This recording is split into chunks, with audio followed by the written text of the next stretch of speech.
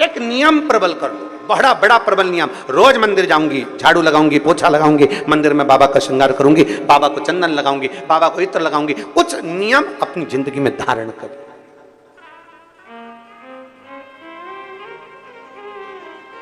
हम तो यहां तक कहते हैं,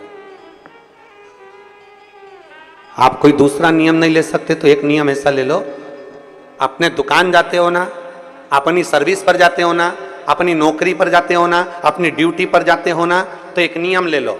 अभी कोई से भी रास्ते से जाते थे, पर एक नियम बना लो, शंकर जी का मंदिर जिस रोड पर पड़ता है, घर से निकलकर सबसे पहले उसी मंदिर के सामने से निकल कर जाऊंगा। आप मत जाओ मंदिर के अंदर। कौन बोल रहा है? कौन बोल रहा है मंदिर के अंदर जाओ? मंदिर के बाहर से चले जाओ। प्रणाम भी नहीं करना, मत करो। तुम तो अपनी गाड़ी चढ़ाओ, भुड़ भुड़ भुड़ भुड़ से निकल जाओ। कौन कह रहा है? पर नियम तो बनाओ कि मैं आज से नियम लेता हूं, मैं अपनी ड्यूटी पर जाऊंगा, अपनी नौकरी पर जाऊंगा, अपनी दुकान पर जाऊंगा। शंकर जी के मंदिर, अभी तक दूसरे रास्ते से जाता था, मेरे नजदीक में जो शंकर का मंदिर उसके सामने से जाऊंगा। मत प्रणाम करो, मत देखो शिखर को, मत प्रणाम करो, मत जल चढ़ाओ, उसके सामने से तो निकल जाओ। शिव महापुराण कथा दिल्ली की, उसके सामने से तो निकलो। आइसक्रीम वाला देखा है, वो बजाते हैं, वो डमरू उसके पास रहता है, लंबा डंडा वाला, बजाते हैं। कोई जरूरी है? उसका काम है डमरू बजाना और चिल्लाता आइसक्रीम आइसक्रीम। और अंदर जो बच्चे होते हैं ना, दादी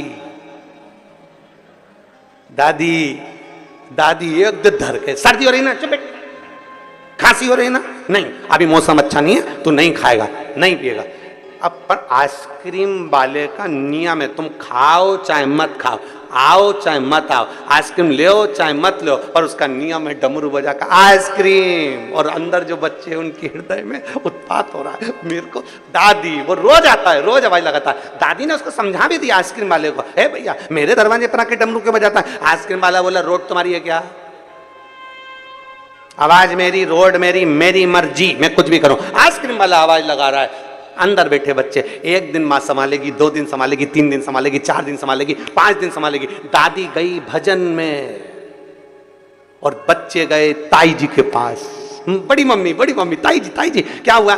आइसक्रीम वाला आया है, mummy please please, mummy please, सर्दी हो रही ना। दादी ने मना करता, नहीं तू प्लीज प्लीज, और पकड़ कर और आइसक्रीम फिर बड़ी माँ ने दिलाई दी, चाची ने दिलाई दी, उसको खाने को मिल गई। 1 महीना, 15 दिन, 20 दिन तुम रोकते रहे, पर एक दिन तो मौका लग गया और बच्चा बाहर आया और आइसक्रीम खा लिया। उसी तरह तुम भी जाते रहो, जाते रहो, जाते रहो, मत देखो, मत देखो, मत दर्शन करो, तुम तो जाओ जाओ जाओ। एक दिन तो मेरा भोलेनाथ भी सोचेगा, ऐसा कहाँ का आया है रे, मेरी साइड ही नहीं देखता, अब तुझे दिखा के रहूंगा, तो रुक। और एक दिन मेरा भोलेनाथ मंदिर से बाहर निकलकर जोर इशारा कर कर बुलाएगा, तेरा कल्याण। नियम तो बनाओ। तुम नियम ही नहीं बनाओ और सोचो भगवान मिल जाए। नियम बनाना पड़ेगा, उसके दरवाजे के सामने से निकलना।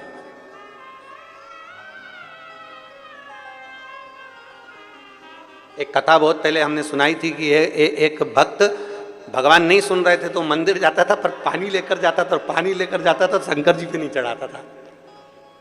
शंकर जी 2-3 महीने हो गए शिव जी पे जल नहीं चढ़ाता, और आसपास चढ़ा किया जाता, पर शंकर जी पे नहीं चढ़ाता। शंकर जी को लगा कितना एबला है? बताओ कितना एबला है। शंकर जी ने पार्वती से कहा, रोज मंदिर आता है और जल लेके आता है, चढ़ाता नहीं है। अब जरा विचार करिए,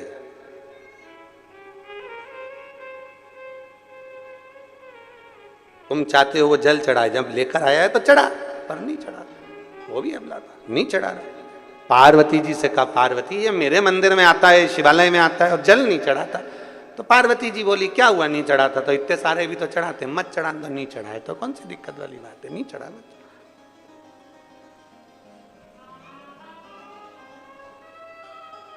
2-3 महीने निकले, अब शंकर जी से दिया नहीं गया। एक दिन शंकर जी उसके पीछे पीछे उसके घर तक चले गए और एक बच्चे का रूप रखकर उसका हाथ पकड़कर बोले, काका तू मंदिर में सब दूर जल चढ़ाता है और मुझे जल नहीं चढ़ाता, शिव को जल नहीं चढ़ाता, क्यों?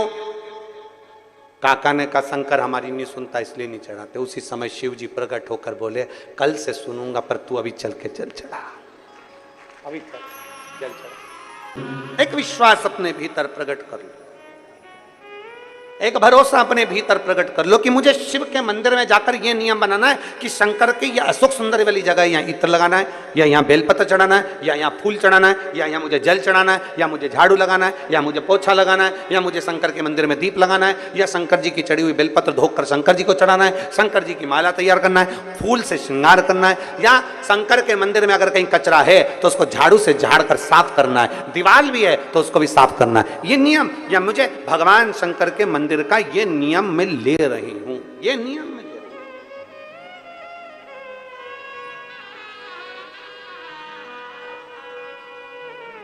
बेटी ने आवाज लगाया पिताजी से कह दो मैं माला सिद्ध कर कर आती हूं। राजकुमारी ने आवाज लगा दी कह दो पिताजी से मैं माला सिद्ध कर कर आती हूं। एक नियम पक्का होना चाहिए, मतलब मंदिर जाना है, जाना है। घर में 50 काम है, मैं आती हूं, अब भी आई 2 मिनट के अंदर गई, जल चढ़ाया, मत रुको मंदिर में। कौन कहता है मंदिर में रुको? मंदिर में रुकने का बोलता कौन है? हम तो कभी नहीं कहते कि मंदिर में बहुत घंटों तक बैठो। काय को बैठो? राम जी के मंदिर में बैठने की जगह होती है, देवी जी के मंदिर में बैठने की जगह होती है, नारायण के मंदिर में बैठने की जगह होती है, सारे मंदिरों में बैठने की जगह होती है, पर शंकर जी के मंदिर में बैठने की जगह नहीं होती। जो आता है पानी ढोल कर जाता है, इतना पानी ढोल जाता है कि साड़ी भी ऊंची कर जल चढ़ाना पड़ता है। तो भगवान शंकर कहते हैं मेरे मंदिर में आके बैठो मत, फालतू बर्बाद टाइम क्यों करते, चलो अपने घर जाओ, जल चढ़ाओ, जाओ। काय को फालतू का समय बर्बाद कर रहे हो? चलो निकलो यहां से, बाहर जाओ।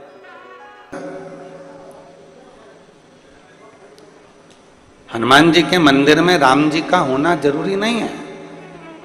भिलाई की कथा में कहा था पर राम जी के मंदिर में हनुमान का होना जरूरी है, क्योंकि उन्होंने सेवा करी है और सेवा के क्रम को उन्होंने बढ़ाया। जब सेवा के क्रम को बढ़ाया तो वो सेवा जिसने करी है वो जगत में पूजाना भी तो चाहिए। जिसने सेवा करी है वो जगत में पूजाए भी तो, जिसने सेवा करी है वो जगत में श्रेष्ठ कर भी तो।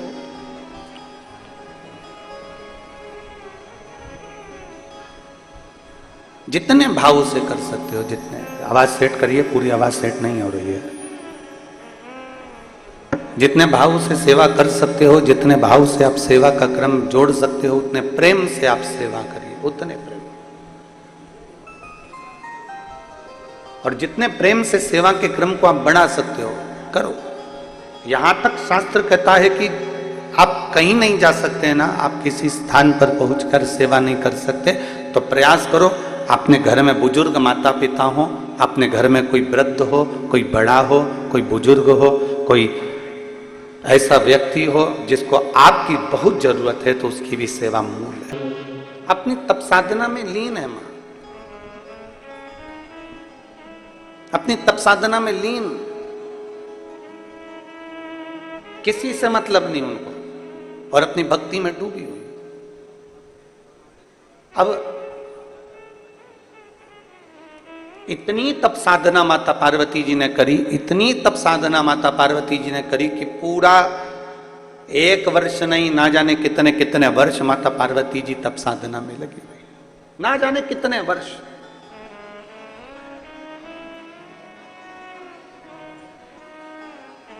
और ना जाने कितने वर्षों तक माता ने जब तप साधना करी, बहुत वर्षों तक तप साधना में जब माता पार्वती जी डूबी रही, डूबी रही, डूबी रही।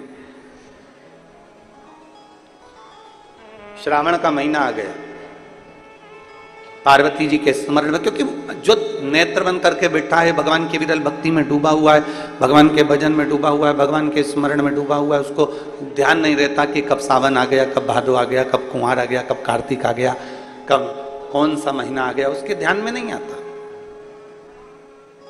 घड़ी कौन देखता है? सत्संग में बैठे हो, कथा में बैठे हो, पूजन में बैठे हो, भजन में बैठे हो और कीर्तन में बैठे हो और घड़ी देख रहे हो, तो समझ लो कि तुम्हारा मन कथा में नहीं लगा, तुम्हारा मन सत्संग में नहीं लगा, तुम्हारा मन भगवत भजन में नहीं लगा, तुम्हारा मन भगवान के कीर्तन में नहीं लगा।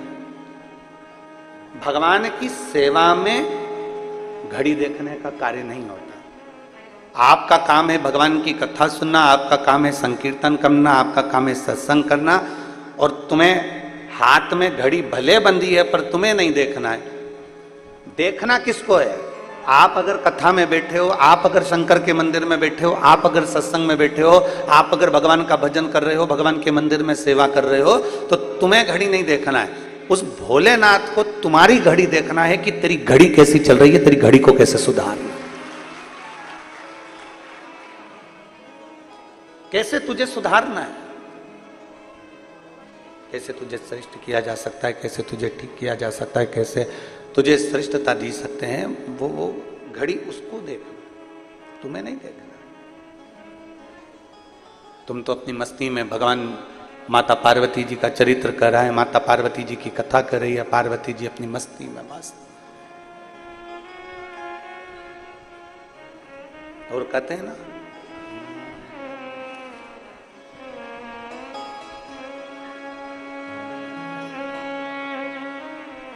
पता जब चला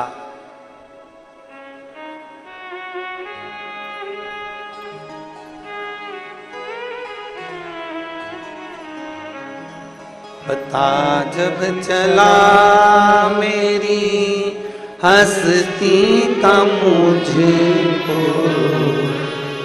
पता जब चला मेरी हस्ती का मुझको, सिवा मेरे अपने यहाँ कुछ नहीं, सिवा मेरे अपने यहाँ कुछ नहीं।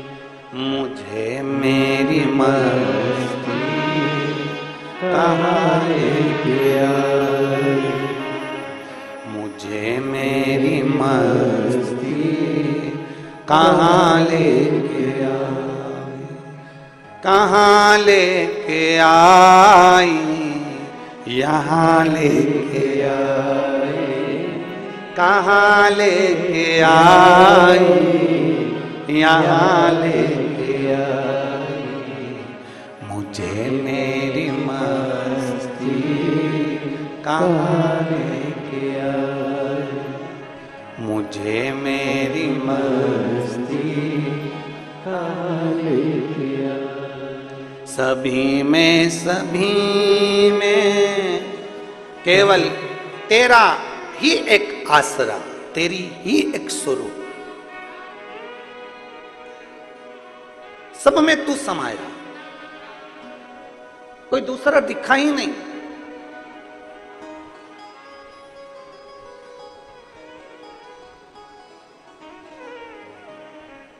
हम एक फोटो लाना भूल गए मोबाइल से, सीहोर ऑफिस में एक फोटो भेजा है, एक पुणे से भेजा है, एक विदिशा से भेजा है, एक फोटो बेंगलोर के पास में से भेजा गया कि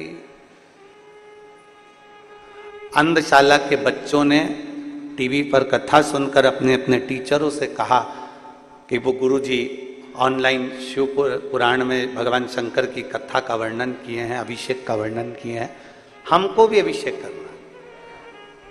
अंधशाला के बच्चे, एक जगह से आया कि मुकबधीर बच्चे, हमको भी अभिषेक करना है। और वो टीचरों को मैं धन्यवाद देता हूं जिन्होंने अपने बच्चों के कहने पर शिवरात्रि के दिन ऑनलाइन सारे बच्चों को बिठाकर अंधशाला के उनको भी भगवान शंकर का अभिषेक करवाया। साधुता है।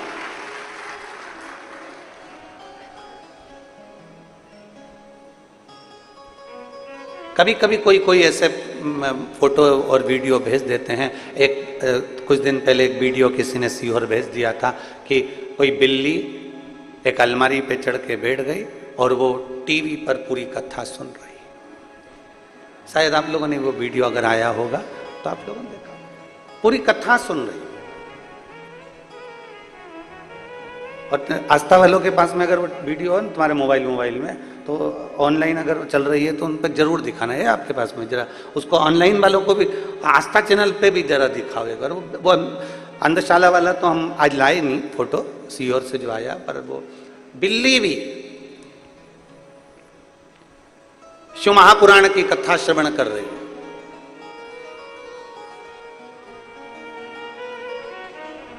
एक देहरादून से एक फोटो किसी ने भेजा वीडियो की, एक गाय और एक बैल, और रोज घर के टीवी चलती है और वो अंदर आकर कथा को श्रवण करते हैं। और ये गाय बैल का केवल एक जगह चरित्र नहीं, आपके यहाँ भी कभी कभी ऐसा योग बन जाता है कि कोई जीव आकर कथा में रम जाता है। अब कोई पूछे कि ये क्या है, क्या पढ़ा अंधशाला के बच्चों को, क्या पढ़ा मुगवदित बच्चों को, क्या पढ़ा उस बिल्ली को, क्या पढ़ा उस जीव को, तो शिव पुराण कहती है जो शंकर का है उसका नाम पशुपति नाथ है, उसके लिए सब स्वीकार हैं, कोई उसके विहीन नहीं, सब उसके, सब उसके।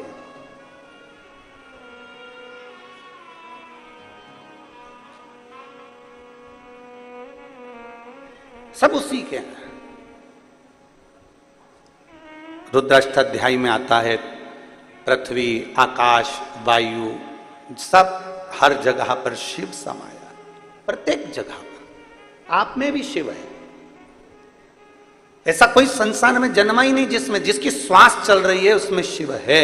श्वास निकल गई, शिव गया, शिव गया तो शव बन गया। जिंदा है तो भी शिव है, मर गया शव बन गया तो भी शंकर की शरणागति में शमशान गया। ऐसा कोई स्थान नहीं जहां शिव नहीं।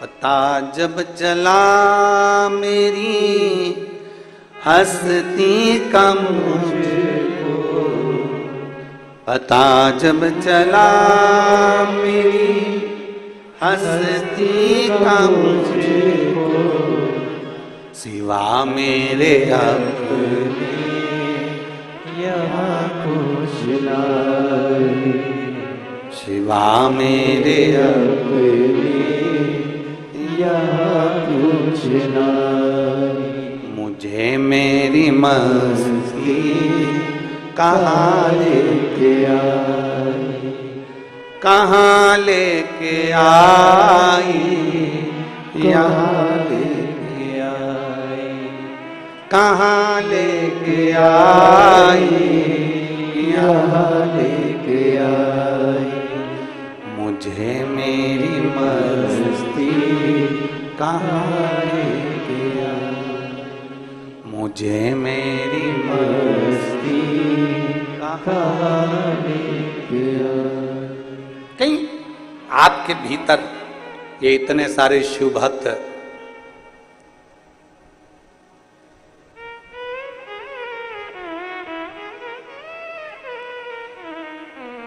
इतने सारे शिव भक्त इतने बड़े राजनंद गांव में से अगर मेरे बाबा ने बेलपत्री जैसे पेड़ में से छाट छाट कर डलिया में इकट्ठी करते हैं, आप सब शंकर भगवान की बेलपत्र हो जिसको शिव ने स्वीकार कर लिया शिव पुराण। मेरे बाबा ने आपको अपने लिए बुला लिया शिव भक्ति के लिए।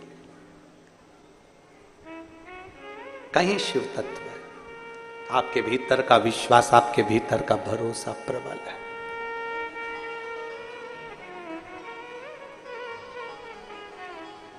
और आप ये आस लगा कर बैठना,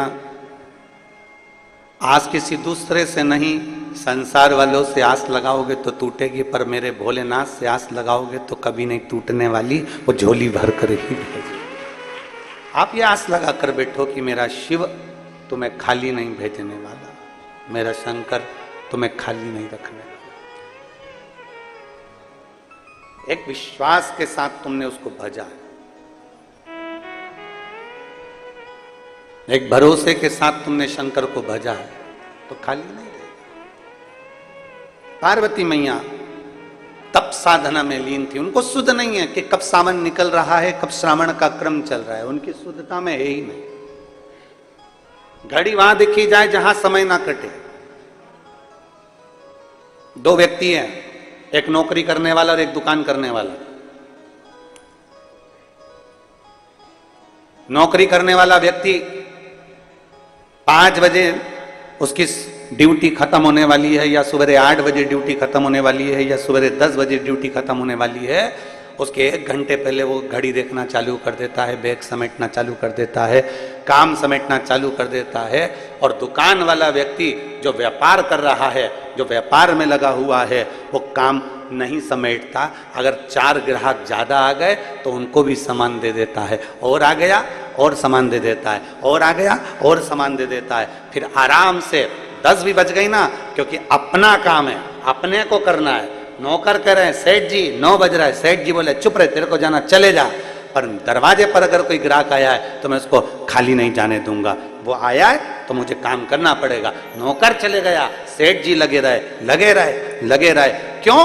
क्योंकि वो दुकान सेठ जी की है, वो दुकान उसकी है, इसलिए उसमें वो ज्यादा समय भी दे देता है तो उसको भान नहीं होता। 10 बजे भी अगर घर गया तो भी चैन की नींद सोता है कि कम से कम मैंने आज व्यापार अच्छा करा। एक नौकरी वाला घड़ी बार बार देख रहा है, और एक दुकान वाला अपनी दुकान है तो घड़ी नहीं देख रहा। दोनों में अंतर है। एक व्यक्ति भगवान के मंदिर में जाता है, 25 बार घड़ी देखता है, मुझे जाना है, अभी जाना है, जल्दी करना है, ऐसा करना है, वैसा करना है। और एक जो भगवान को अपना मान लेता है, पूर्ण विश्वास के साथ अपना मान लेता है कि मेरा शंकर है, 2-5 मिनट ऊपर भी हो जाएगा तो मेरा शिव स्वीकार कर लेगा, मेरा अपना है।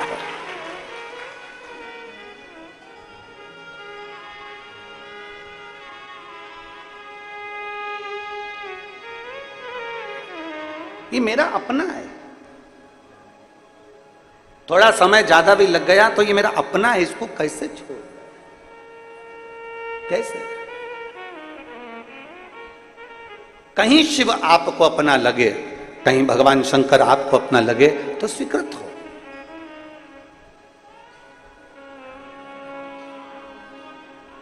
कैसे छोड़ रहे हैं? माता पार्वती जी अविरल भक्ति में डूबी हुई हैं। माता पार्वती जी भगवान शंकर की भक्ति में डूबी, उनको नहीं मालूम कि कब सावन गया, कब भादो आ गया, कब कुंवर आ गया, कब कार्तिक आ गया, उनके स्मरण में है ही नहीं। उनका तो केवल एक भगवान की विरल भक्ति को धारण करना, मंत्र जाप करना, स्मरण करना, कीर्तन करना, और डूबे गए। पता जब चला मेरी हस्ती का मुझको, पता जब चला मेरी, डूबी हुई है मां पार्वती जी, अपने अलमस्ती में डूबी।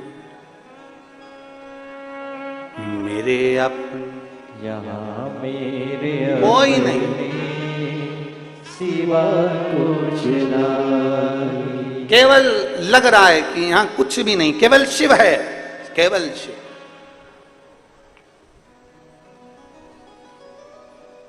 उसके सिवा कुछ भी नहीं। एक माने पत्र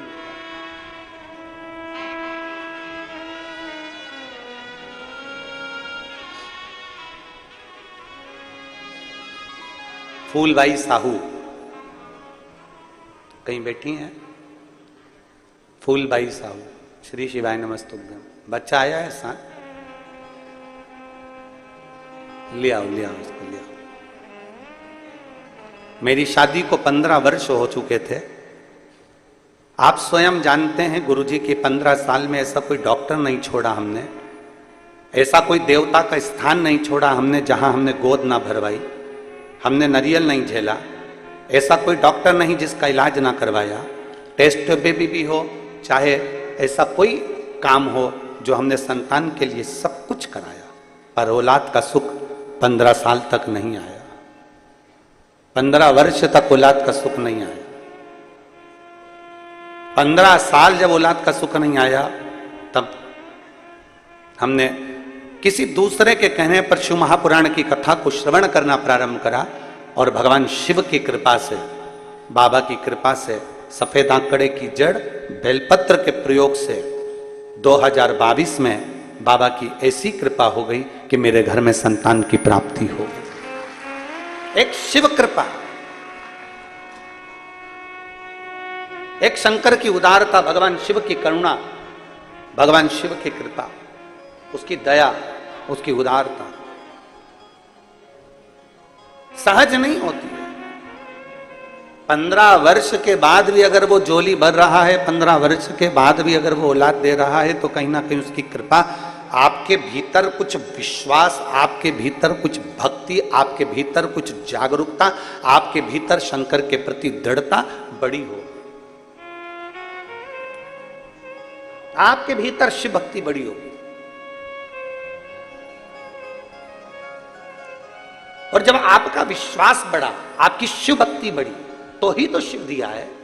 नहीं तो 15 साल में, इन्होंने लिखा 15 वर्ष में ऐसा कौन डॉक्टर जिसको मैंने छोड़ दिया, ऐसी कौन जगह जहां मैं ना गई। एक विश्वास, 15 वर्ष औलाद के लिए तरसना, संतान के लिए तरसना, कोई एक माँ से पूछे, क्योंकि उसको ही सबसे ज्यादा सुनना पड़ता है कि तेरी गोदी खाली है, तेरे यहाँ औलाद नहीं है, उसका चेहरा उतर जाता है, वो सबका सुनती है।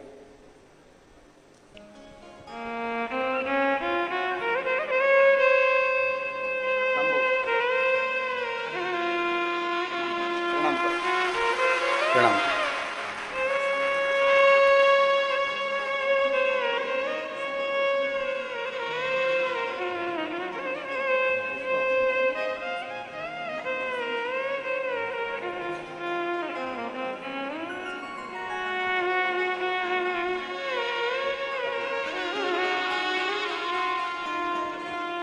15 वर्ष के बाद बाबा ने दिया है। एक बार जोरदार ताली बजाकर साधु था।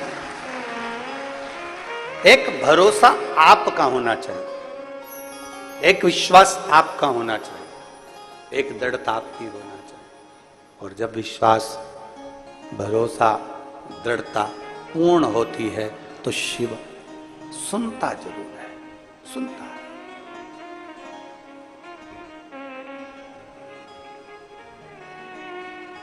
पार्वती मैया लगी तब साधना में लीन। माता पार्वती जी जब तप साधना में लीन हो गई, सुध ना पड़ी, ध्यान नहीं आया। अभी आपको कथा में कहा कि 4 बातें अपने स्मरण में रहे, उसमें सबसे पहली बात कौन सी कही? जम के बोलो जरा, परमार्थ करना। कितना बड़ा क्रम है। माता पार्वती जी का चरित्र बता रहा है, मां पार्वती जी का संवाद बता रहा है कि माता पार्वती जी तप साधना में डूबी थी। तभी एक छोटा सा बच्चा रो रहा था और उसके पास में एक घड़ियाल, एक मगर उस बच्चे को पकड़ने के लिए जा रहा था। बच्चा चीख चीख कर रो रहा।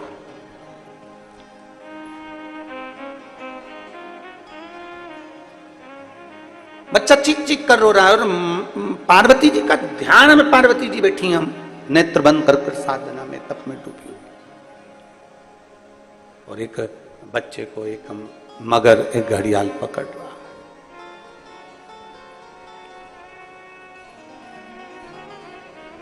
तब करते करते करते करते बच्चे के रोने की आवाज पार्वती जी के कानों में गई। जैसे माता पार्वती जी के कानों में रोने की आवाज गई, पार्वती जी के नेत्र खुल गए। अभी तक माता पार्वती जी के नेत्र नहीं खुले थे, तब साधना में लीन थी। अभी तक माता पार्वती जी के नेत्र नहीं खुले थे, अपनी भक्ति में लीन थी।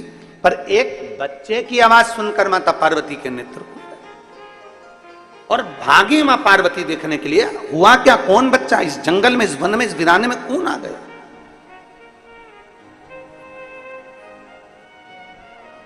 इस वीराने में कौन ऐसा बच्चा आ गया? इस वीराने में कौन पहुंच गया? जरा जाकर देखूं तो सही। पार्वती मैया ने जाकर देखा तो एक घड़ियाल, एक मगर आ रहा था बच्चे को खाने के लिए।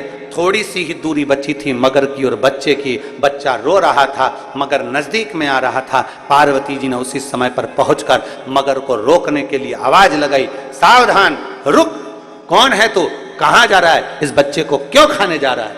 मगर कहता है, चौथे पहर में जो भी मेरा भोजन मिलेगा मुझे खाना है। ये मेरे पास में देवता की तरफ से लिखा कर लाया।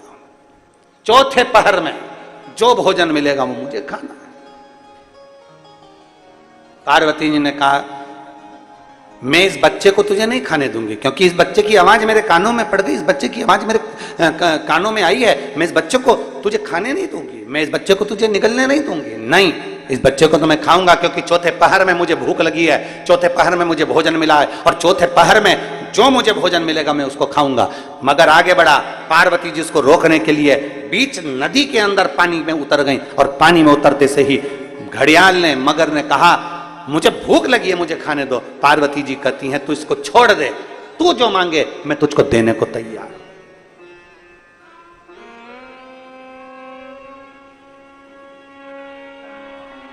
जो तू मांगेगा मैं तुझे दे दूंगी, पर तू इसको छोड़। कितना सुंदर बात कही है, जरा ध्यान दीजिएगा। बहुत बहुत सुंदर प्रसंग है महाराज। आप और हम, कई संसार के लोग जितने आस्था चैनल पर सुन रहे हैं, जितने फेसबुक पर सुन रहे हैं और जितने इस पंडाल में सुन रहे हैं, करोड़ों की संख्या में शिव भक्त अपने अपने चैनल पर कथा को सुन रहे हैं, ऑनलाइन कथा श्रवण कर रहे हैं। उन सबसे कहना चाहूंगा, कई लोग, आप और हम में से कई लोग ऐसे हैं जो भगवान की भक्ति के नाम पर नेत्र बंद कर कर बैठ जाते हैं, आंख बंद कर कर बैठ जाते हैं और ये सोचते हैं कि हमने तो जो हो रहा था वो देखा ही नहीं। शिव महापुराण की कथा कहती है, अगर तुम भजन कर रहे हो, तुम घर में सेवा कर रहे हो, तुम आराधना कर रहे हो, तुम पूजन कर रहे हो, तुम शंकर जी से लाड़ लड़ा रहे हो, तुम भगवान शंकर को जल चढ़ा रहे हो, तुम शिव की स्तुति कर रहे हो, और मालूम पड़े किसी व्यक्ति पर, उसी स्थान पर जहां तुम पूजन कर रहे हो, जहां तुम आराधना कर रहे हो, उस स्थान पर किसी व्यक्ति पर अगर कोई कष्ट दे रहा है, तो प्रथम फर्ज तुम्हारा बनता है कि पूजन से पहले परमार्थ का कार्य करना है। भैया थोड़ा रुकिए, भैया थोड़ा सावधान होइए, उसके पांव में चोट लग गई, भैया उसको हाथ में लग गई, भैया उसको ऐसा हो गया। पहले जल, संत तुकाराम जी महाराज का चरित्र कहता है, संत नामदेव जी महाराज का चरित्र कहता है, प्रयागराज से जल भरकर रामेश्वर को कावड़ चढ़ाने के लिए गए थे संत।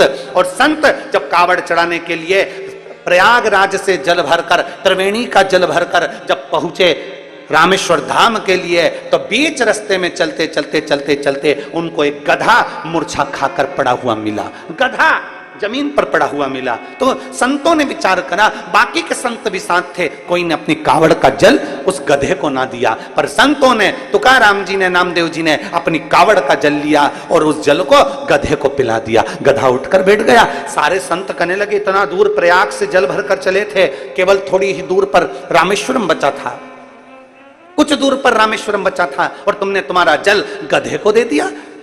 संत तुकाराम नामदेव जी कहते हैं, जल जिसके लिए लेकर चले थे वो जल उसने यहीं स्वीकार कर लिया, उसमें क्या दिक्कत है? क्या दिक्कत है? तुझ में रब दिखता है यारा, में क्या करूं? हर एक में परमात्मा नजर आए, हर एक में भगवान नजर आए, हर एक में परमात्मा का दीदार हो जाए, इससे बढ़कर सुख और क्या हो सकता है? गधे में उसने परमात्मा को, भगवान, संतों ने गधे में भगवान का दर्शन किया, तो भगवान उसी जगह पर जब जल चढ़ा दिया, और जल चढ़ाने के बाद जैसे ही संत चलने लगे तो वो गधा अपने मनुष्य देह में आकर बोलता है कि तुमने मुझे कृतार्थ कर दिया, धन्य कर दिया।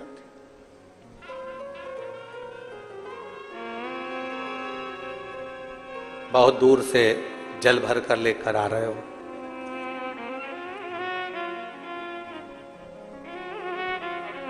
बहुत दूर से जल लेकर आ रहे हो और दूसरे को अगर कष्ट दे रहे हो, दूसरे को त्राण दे रहे हो, कष्ट दे रहे हो, परेशान कर रहे हो, किसी को कुछ कह रहे हो, तो ये श्रेष्ठता नहीं बन सकता, उसमें एक आनंद का अनुभव नहीं हो सकता।